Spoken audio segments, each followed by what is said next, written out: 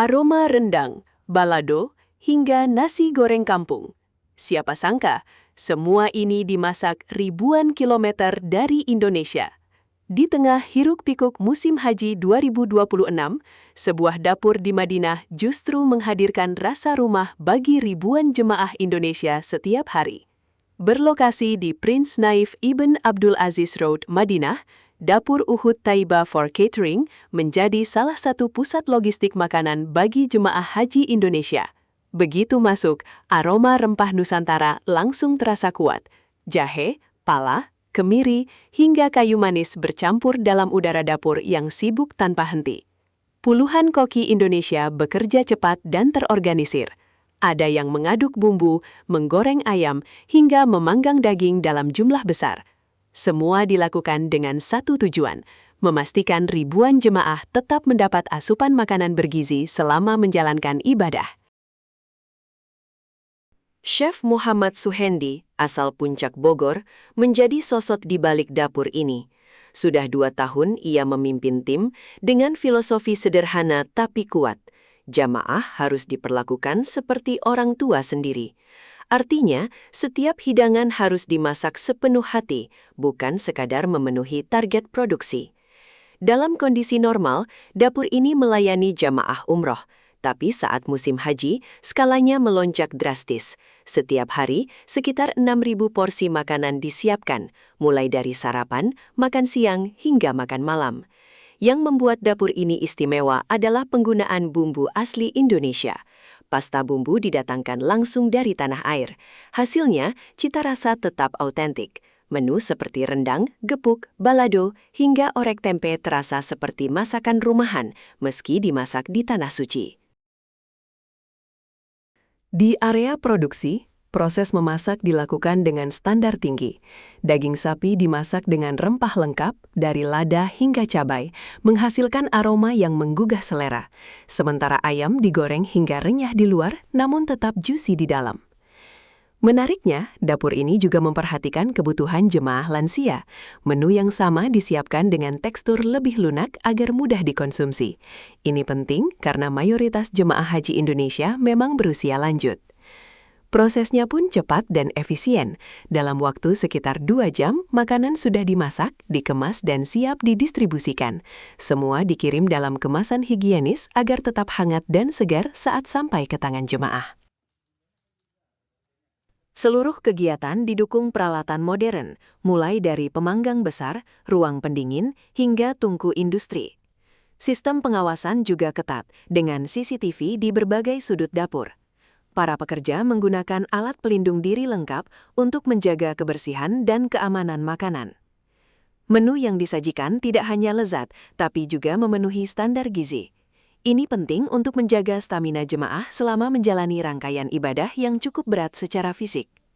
Di balik semua kesibukan ini, ada satu tujuan utama, menghadirkan rasa rumah di tanah suci. Mengobati rindu kampung halaman, sekaligus memastikan jemaah tetap kuat menjalankan ibadah. Kehadiran dapur seperti Uhud Taiba bukan sekedar soal makanan.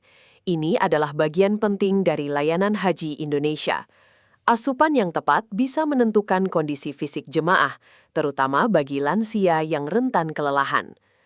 Dengan ribuan porsi yang diproduksi setiap hari, dapur ini menjadi tulang punggung logistik yang menjaga kenyamanan dan kesehatan jemaah selama berada di Madinah. Bagi jemaah haji, menjaga pola makan tetap penting selama ibadah. Pastikan selalu mengonsumsi makanan yang disediakan tepat waktu, jangan melewatkan waktu makan, dan perbanyak minum air untuk menghindari dehidrasi di cuaca panas. Kehadiran dapur seperti Uhud Taiba bukan sekedar soal makanan. Ini adalah bagian penting dari layanan haji Indonesia. Asupan yang tepat bisa menentukan kondisi fisik jemaah, terutama bagi lansia yang rentan kelelahan. Dengan ribuan porsi yang diproduksi setiap hari, dapur ini menjadi tulang punggung logistik yang menjaga kenyamanan dan kesehatan jemaah selama berada di Madinah. Bagi jemaah haji, menjaga pola makan tetap penting selama ibadah. Pastikan selalu mengonsumsi makanan yang disediakan tepat waktu, jangan melewatkan waktu makan, dan perbanyak minum air untuk menghindari dehidrasi di cuaca panas. Jika memiliki kondisi kesehatan khusus, pilih menu yang sesuai dan jangan ragu meminta bantuan petugas. Prioritaskan makanan yang mudah dicerna, terutama bagi lansia. Dan yang tak kalah penting, jaga kebersihan sebelum makan, serta pastikan makanan yang dikonsumsi masih dalam kondisi baik. Dengan tubuh yang terjaga, ibadah pun bisa dijalani dengan lebih khusyuk dan optimal. Ya, Pak Beni, bisa dijelaskan untuk menu lansia, apa yang bisa dilakukan oleh tim dapur untuk memenuhi kebutuhan konsumsi lansia sendiri? Ya, baik. Jadi jemaah yang memang di dalam kloter itu ada beberapa jemaah yang lansia bisa request permintaan ke dapur terkait untuk menu-menu jemaah lansia.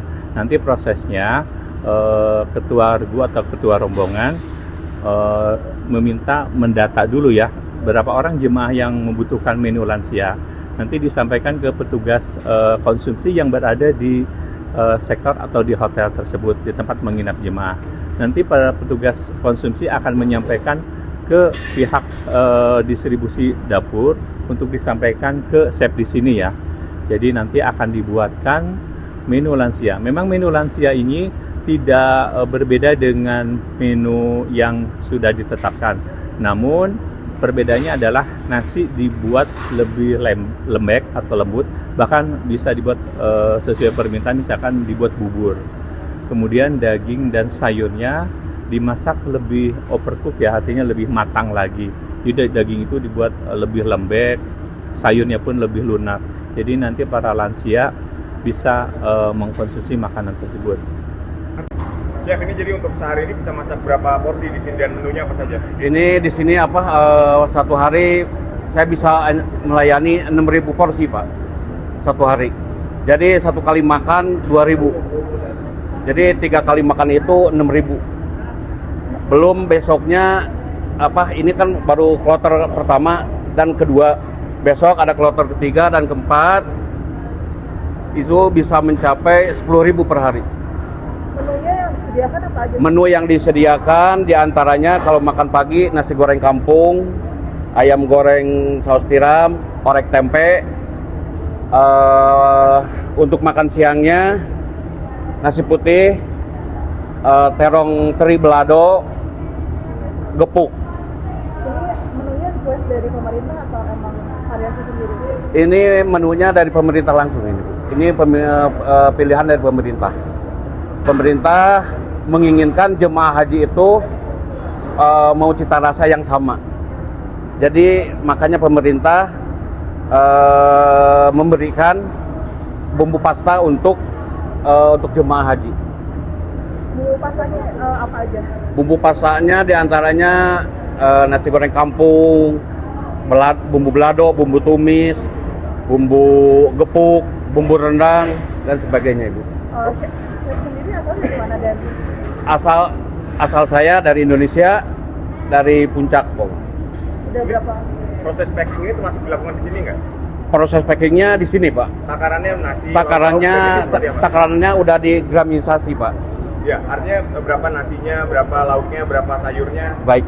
Untuk nasinya untuk tahun ini 170 gram. Dan untuk lauknya 80 gram. Untuk sayurnya 75 gram. Kabarnya di sini ada dokter yang ahli gizinya sendiri gimana? Di sini ada dokter yang ini yang selalu mengawasi untuk kebersihan segala macam dan diantaranya dokter ini. Disediakan dari cateringnya berarti ya? Ini dari owner langsung. Jadi untuk mengawasi untuk berjalannya jemaah haji. Terus untuk higienisitas dari proses pengolahan makanan ini seperti apa? Higienisnya ya kita menuruti panduan dari ibu dokter. Ya, apa saja bahan-bahannya yang fresh itu atau Bahan-bahannya udah ini semua fresh semua di sini. Nah, proses higienis kayak memakai masker dan itu boleh dijelasin, masker, sarung tangan.